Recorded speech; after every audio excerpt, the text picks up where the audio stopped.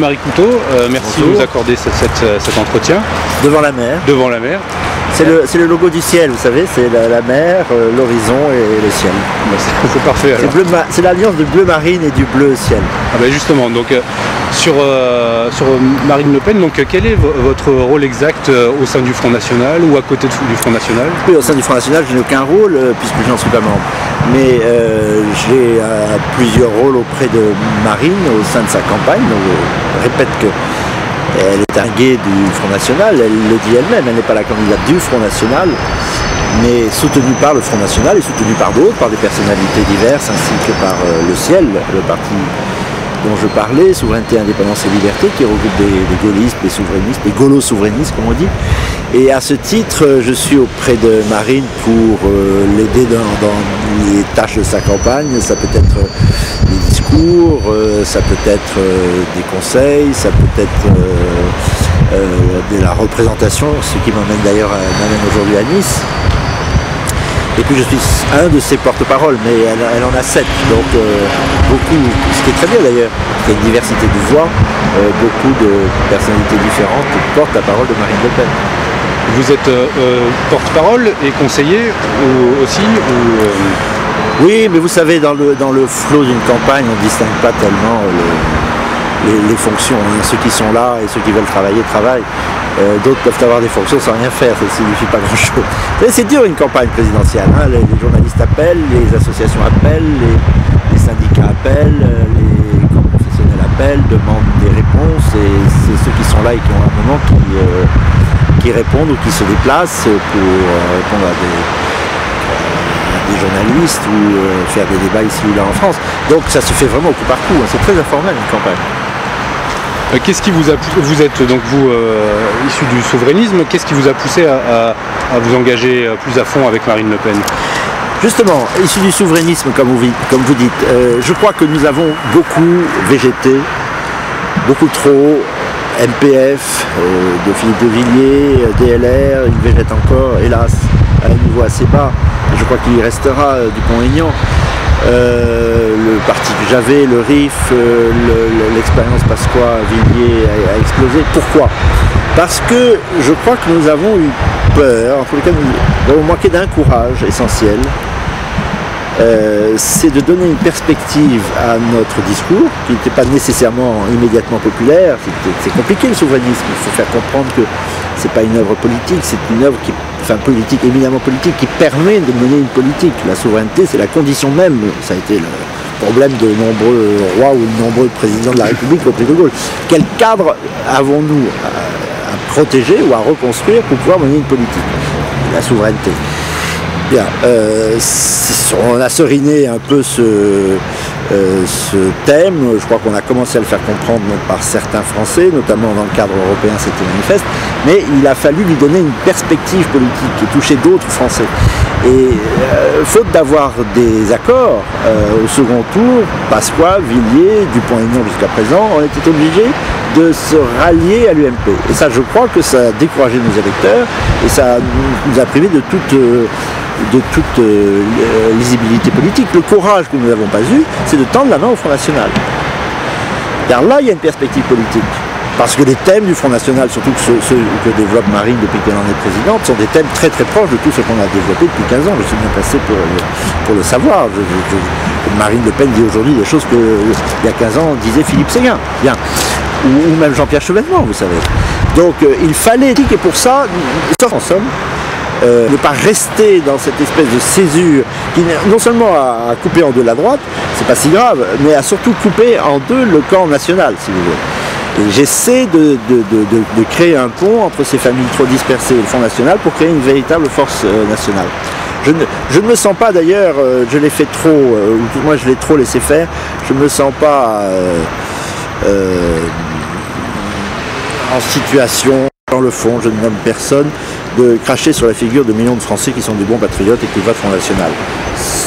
Cette idée de les laisser dans la marginalité politique, ont eu beaucoup trop de gaullistes, de faux gaullistes, était une idée ou un réflexe ou une peur assez inavouable. Donc sur cette idée de la souveraineté, enfin, finalement, qu'est-ce qui a changé par rapport à... Enfin, vous parlez du piège de François Mitterrand, donc ce piège, est-ce que c'était finalement SOS Racisme d'un côté et puis la diabolisation du Front National de l'autre, et qu'est-ce qui a changé par rapport à l'époque qui permet maintenant de pouvoir, vous, souverainistes, vous arrimer avec le Front National? C'est évidemment Marine Le Pen et son logiciel antimondialiste, qui est une autre manière de développer le logiciel souverainiste. C'est le débat entre la souveraineté de la nation, des nations, de toutes les nations du monde, et la mondialisation, qui est en réalité en grande partie une américanisation du monde. Donc elle a repris tout à fait notre logiciel de base. Donc l'accord est évident et spontané. Voilà. D'accord. Donc, il devrait être évident pour tout le monde d'ailleurs, à lire les discours. Mais encore une fois, je vous dis, il y a des peurs, des fixations qu'il faut... que l'on ne peut pas tolérer, qu'on ne peut pas tolérer plus longtemps. Il faut cesser de se stigmatiser les uns et les autres dans le camp national. Donc quel est le rôle du ciel est-ce que c'est un mouvement, enfin, c'est un mouvement... C'est un parti politique. C'est un parti politique qui a une grande ambition, c'est d'occuper ce segment qui existe dans la vie politique française, de Français qui tiennent à la France, tout simplement, qui ne se reconnaissent pas dans l'UMP, sauf quand un menteur métaphysique comme Nicolas Sarkozy l'attire dans ses filets en novembre 2007, et qui pour autant ne sont pas membres ni spécialement attirés par le Front National. Il a été incarné, ce courant, par Pasqua Villiers, très émis en 1999 lors des Européennes. Philippe de Villiers l'avait incarné d'ailleurs en 2004 lui aussi, il avait fait 12,5, 12,4 je crois. Il a été très présent dans le nom de droite, comme on dit, en 2005 lors du référendum du 29 mai 2005 sur la Constitution européenne. Il y avait évidemment les voix du Front National dans les 27 ou 26% du nom de droite, mais il y avait aussi beaucoup de gens de l'UMP et puis des souverainistes dispersés. Donc il y a un segment politique et le ciel vise à le réunir, mais pas le réunir en l'air, le réunir dans la perspective d'une alliance avec Marine Le Pen, destinée à faire au fond une vraie force politique comparable et si possible supérieure au bloc UMPS. Est-ce que ça veut dire... Enfin, en tous les cas, l'UMP et au PS. Je ne sais même pas si on peut encore parler de bloc UMPS, parce que dans les discours, en tous les cas, et la percée de Mélenchon va accentuer les choses, les discours de Nicolas Sarkozy et de François Hollande ne sont plus les mêmes, il faut l'admettre, ça. Donc pour aller au bout de ce raisonnement, est-ce qu'on va vers une recomposition à droite? Peut-être sur un mode à l'italienne. C'est ce que je souhaite. Je pense que l'UMP est complètement déboussolé par la différence incroyable, l'opposition même entre les discours du président de la République et la politique menée effectivement. Donc au fond, elle n'a pas de corps de doctrine. Il n'y a pas d'unité possible entre un Sarkozy qui dénonce les accords de Schengen et une UMP qui est majoritairement aux mains d'européistes. Ce parti, bon, sur ce sujet-là, sur la question de la sécurité, de l'immigration, etc., des services publics, c'est pareil. Il n'y a pas d'unité idéologique, il n'y a pas de ciment à l'UMP. Donc je pense que c'est un mouvement condamné à disparaître. L'osmose entre le RPR et l'UDF n'a pas marché de cette façon. Bon, elle a marché électoralement puisqu'elle a fait élire Nicolas Sarkozy, mais je crois qu'on en voit les limites. Et on en verra peut-être encore plus les limites au mois de mai. Il me semble, peut-être dès le mois d'avril du reste, il me semble que c'est notre travail de reformer des républicains, des gaullistes, qui existent, il y a des réflexes, et de les sortir de ce piège qui a été l'UMP. Si je parle de piège, c'est que Philippe Séguin lui-même a parlé de piège à propos de l'UMP, Séguin dont je rappelle qu'il n'a jamais été membre de l'UMP. Donc ça prouve bien que la césure entre le RPR, qui est resté sur certains aspects assez gaulliste, et l'UDF ne s'est pas complètement évaporée. Et elle divise encore l'UMP très gravement. Donc, dans cette recomposition à droite, si elle a lieu, elle devrait se faire peut-être législative à ce moment-là. Parce que l'UMP ne peut pas gagner, maintenant elle ne peut plus gagner sans les voix du Front National ou les voix de Marine Le Pen. Donc à votre avis, qu'est-ce qui va advenir? Parce que est-ce que ça serait une recomposition Il ne s'agit pas du tout non plus de faire une alliance UMP Front National, je n'ai pensé à ça. Je mise sur l'explosion de l'UMP et la possibilité pour utiliser une image, de ramasser quelques débris épars et d'en faire un vitrail, quoi. C'est-à-dire il y a un préalable, c'est l'explosion de l'UMP. Je pense qu'on n'est pas loin, la droite populaire au fond elle demande qu'à prendre son envol en tant que mouvement autonome. Maintenant c'est trop tôt puisque les caciques de la droite populaire sont tous des députés UMP qui n'ont qu'un souci pour l'instant, c'est se faire réélire, et donc d'avoir la investiture UMP. Il y a des blocages pour l'instant, les choses se feront à leur temps. Et en cas de recomposition, est-ce qu'on ne risque pas de devenir un petit peu le justificatif finalement nationaliste ou souverainiste ou antimondialiste pour des gens qui ne le sont pas du tout et qui ont au contraire conduit le pays là où il en est maintenant? Et finalement leur donner une deuxième chance. Vous savez, je connais beaucoup de députés UMP qui le sont toujours et qui l'étaient lorsque j'étais auprès de Philippe Séguin, je parle encore de lui à l'Assemblée nationale. Beaucoup désavouent les traits principaux de la politique du président de la République. Il y a beaucoup de bons patriotes parmi, je ne sais pas quelle proportion donner, c'est difficile de sonder les reins et le cœur, et parmi les députés UMP, il y a de solides patriotes. Le tout, c'est de créer une force politique qui leur permettra de garder les fonctions qui sont les leurs, que ce soit députés, sénateurs ou élus régionaux. C'est ça qu'il faudra faire. Une machine suffisamment puissante pour recycler les patriotes, même ceux qui sont à l'UMP pour des raisons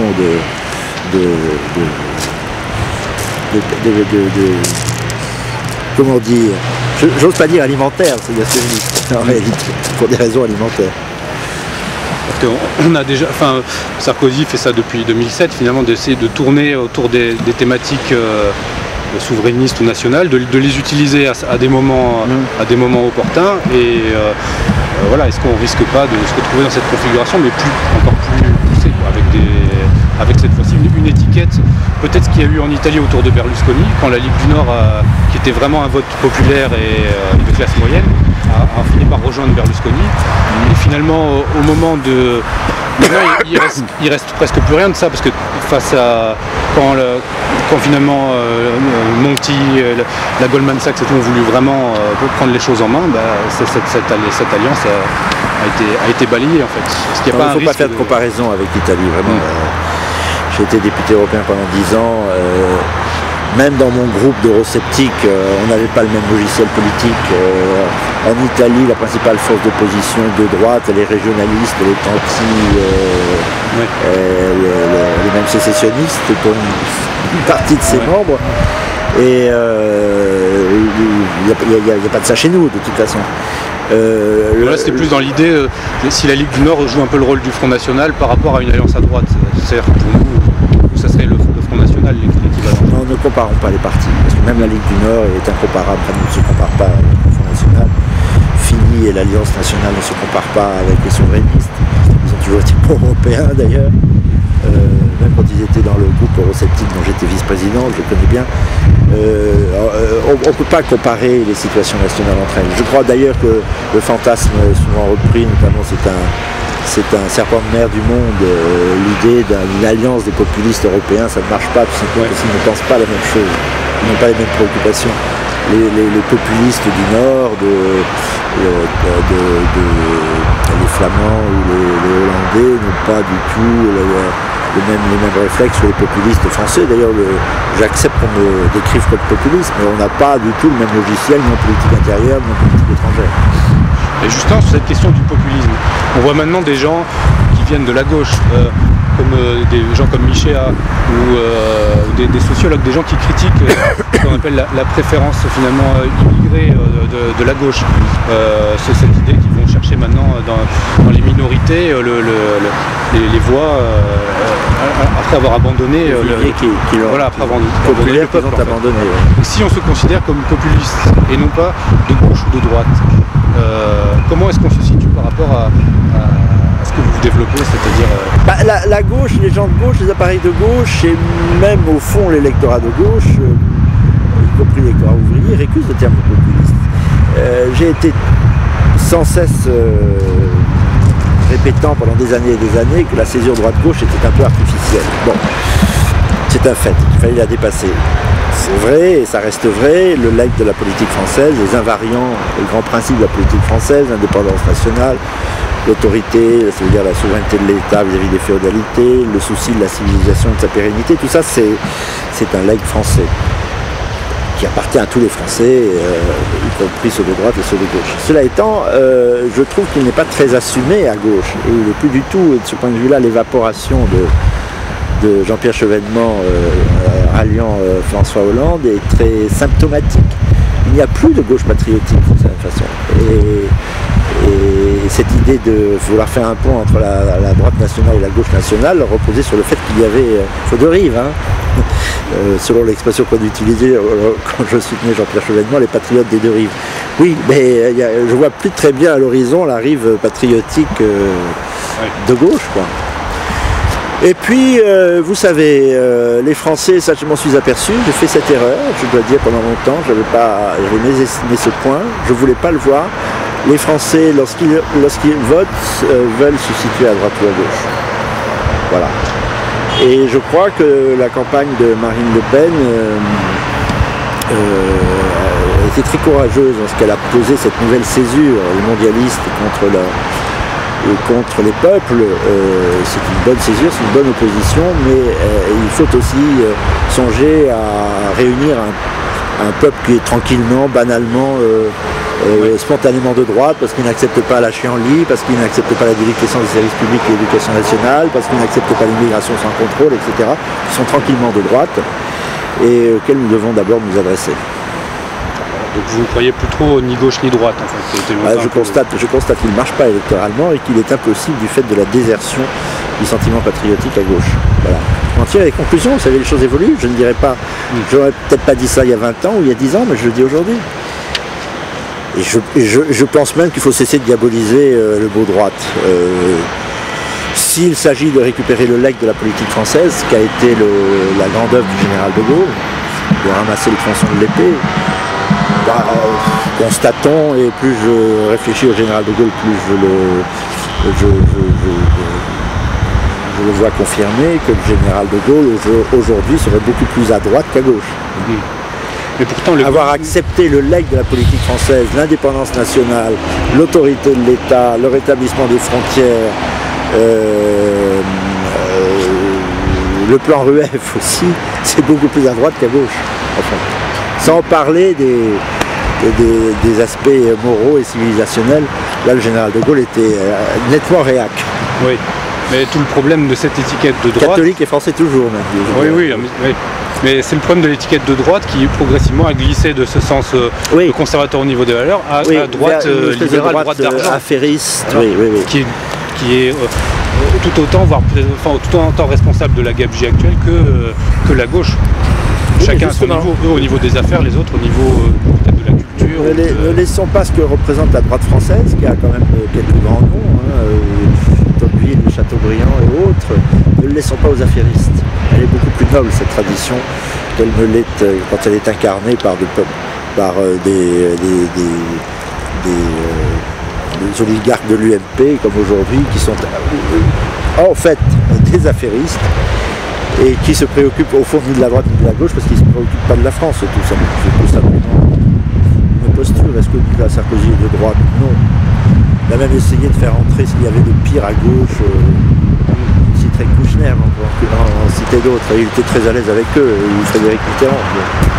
Vous savez, le ni droite ni gauche aujourd'hui c'est Sarkozy, mais il n'est pas très attirant.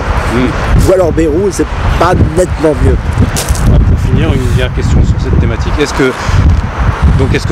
Quant à la gauche, je persiste dans mon raisonnement, quant à la gauche, je ne vois pas à l'horizon ni homme ni mouvement politique qui puisse incarner quelque chose qui ressemble à la politique de la France. Voilà, c'est tout. Donc je pensais plus à moi je pensais plus au ni droite ni gauche, comme pendant des années, par exemple au Front National, il a toujours existé une tendance qui disait ni gauche ni droite, le Front National. Je sais, nous ne le disons pas au ciel.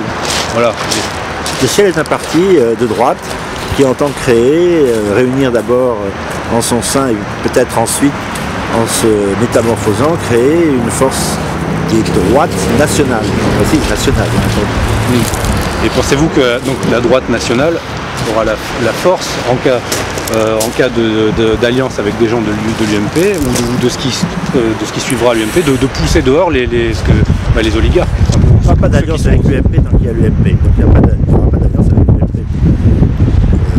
J'attends l'explication. Ouais. Mais ça, on peut en être sûr. Parce que est-ce qu'au Front National, tout le monde partage cette idée-là, qu'il ne faut pas s'allier avec l'UMP jusqu'au bout? Beaucoup dépend du sort de la présidentielle. Oui. Ça ne sera pas la même chose selon que Marine Le Pen soit élue présidente de la République, Nicolas Sarkozy ou François Hollande. Le cas de figure sera à voir à ce moment-là le soir du 5 mai ou peut-être dans la semaine qui suit. Il y a 15 jours d'ailleurs. Enfin, il y a 15 jours, non, il y a 15 jours entre les deux tours pour en tirer les conclusions et ensuite on a le temps entre le présidentiel et le législatif peut-être de commencer à engager le remodelage du paysage politique français, qui est un vieux paysage. Regardez, tous ces partis sont vieux. L'UMP c'est une création récente, mais elle est déjà déliquescente. Le PS c'est une vieille création.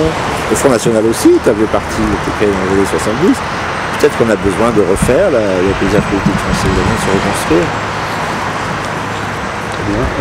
Dernière question, qu'est-ce que vous avez pensé de l'affaire de la tuerie de Toulouse et est-ce qu'on n'est pas en train d'assister justement à une forme d'instrumentalisation de ces événements par l'UMP qui cherche à grossir un peu les muscles avant les élections? Oui, là encore très curieusement, parce que ce qui s'est passé à Toulouse est le fruit de l'impéritie des politiques menées depuis des années. On dit 10 ans pour impliquer Nicolas Sarkozy, mais la gauche n'a pas fait mieux.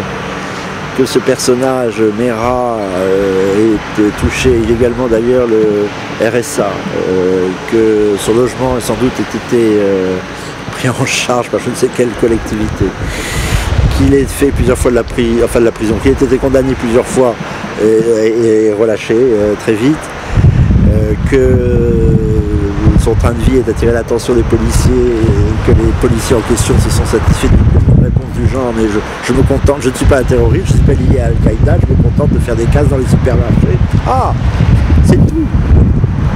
Je vais rentrer chez vous, cher monsieur.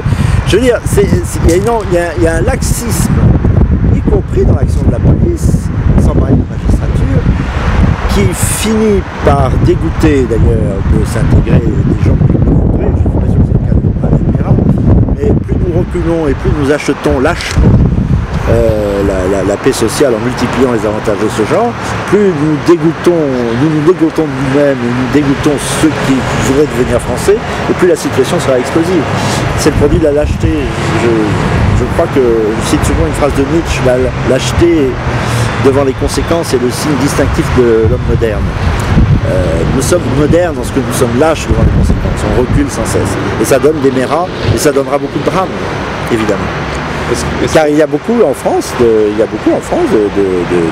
faut l'admettre, on n'arrive pas à l'admettre, un très grand nombre de Français de papier, comme dire Renaud Camus, ils sont Français que par les papiers, qui haïssent la France et qui se considèrent, pour des raisons géopolitiques, Afghanistan, Irak et autres, qui se considèrent comme en guerre contre la France.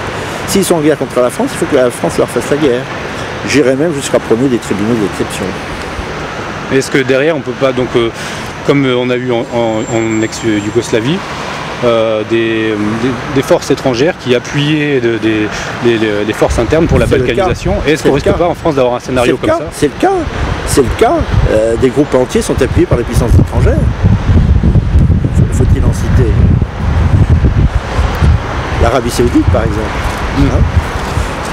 dont on est en train de faire la politique en Syrie. Et oui.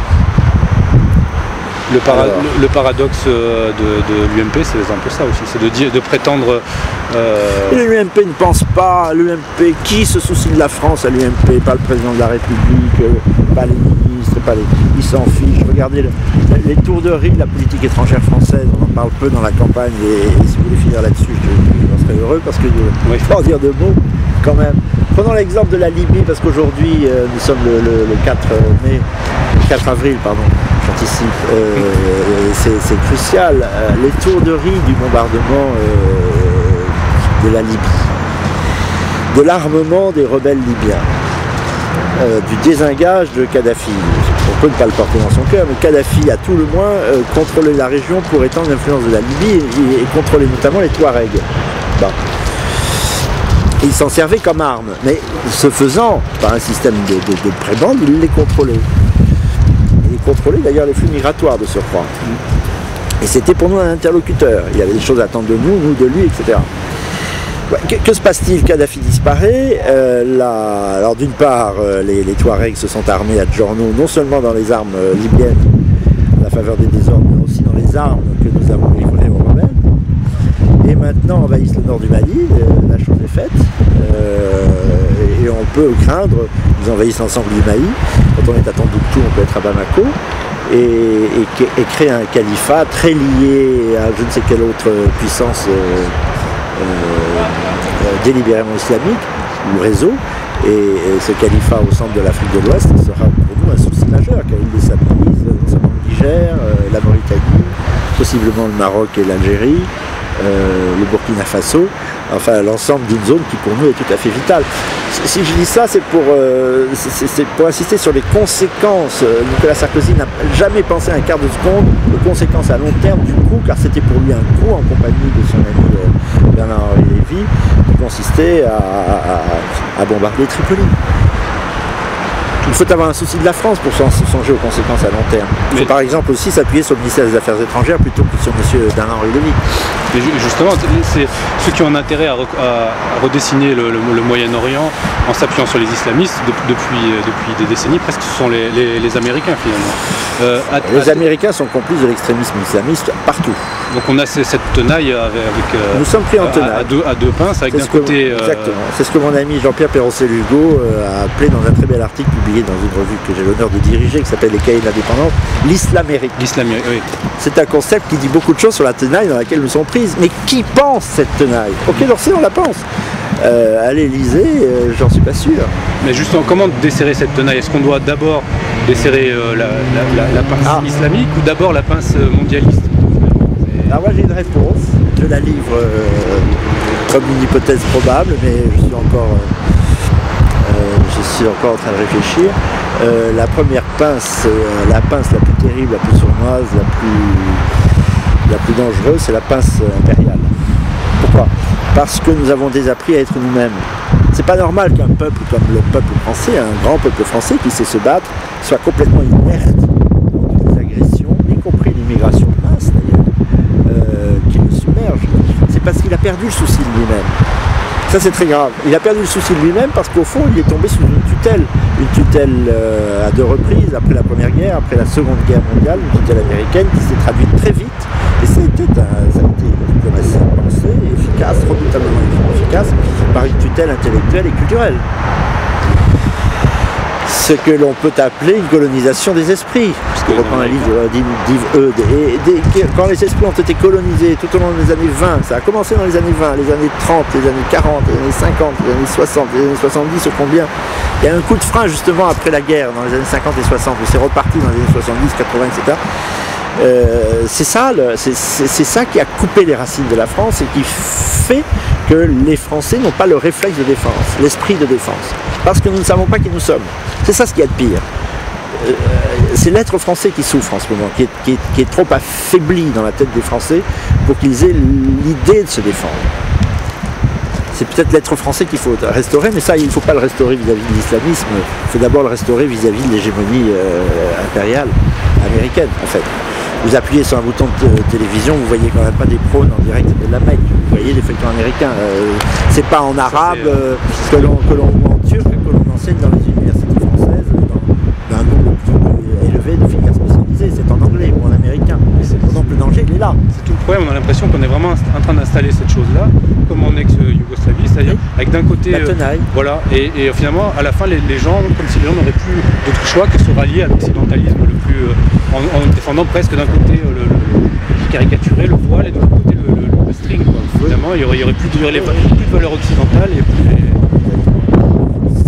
Cette chose-là... C'est le mélangisme général. Cette tenaille, ça aboutit à ce que le mondialisme marchand veut depuis toujours, c'est-à-dire la suppression sous couvert d'unité du monde, n'est-ce pas, et autres qui le faisaient, la suppression de toutes les nations, de toutes les politiques indépendantes, finalement de toute politique et de toute culture. Donc finalement, et le danger est très grand. La gouvernance mondiale, en fait, le gouvernement mondial. Il n'y aura même pas de gouvernance mondiale, il y aura une série, ça peut commencer par la France d'ailleurs, il y aura une série une espèce de no man's land entre le Rhin et l'Atlantique, où régneront des baronnies et des bandes plus ou moins en guerre les unes contre les autres.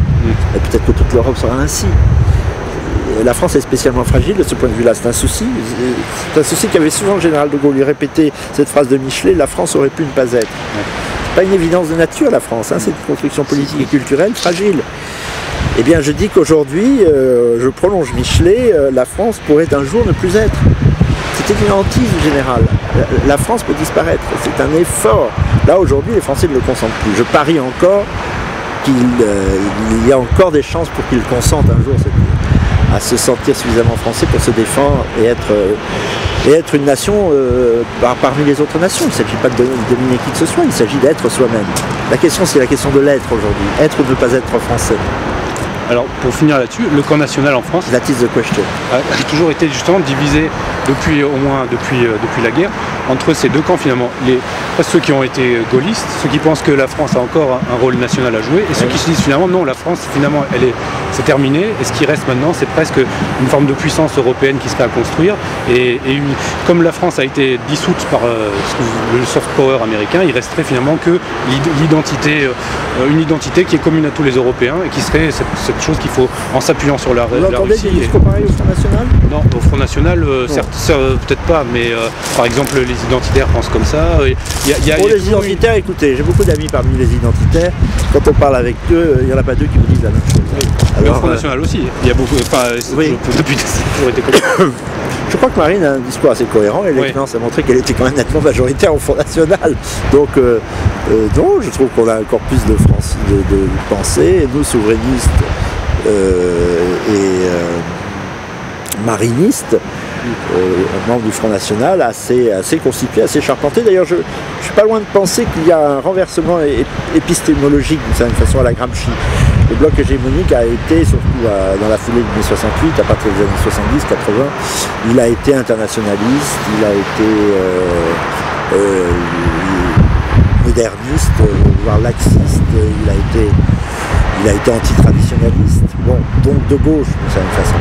Et je crois que ça se renverse. Je crois que le produit de cette vague qui était très hégémonique, qui est encore hégémonique dans la presse, l'édition, les médias, le patronat, etc., est en train de s'affaiblir et qu'il y a, comme tous les 30 ans en réalité, il y a un renversement épistémologique. Et c'est peut-être la chance de la restauration d'une droite nationale, justement. Merci Paul-Marie.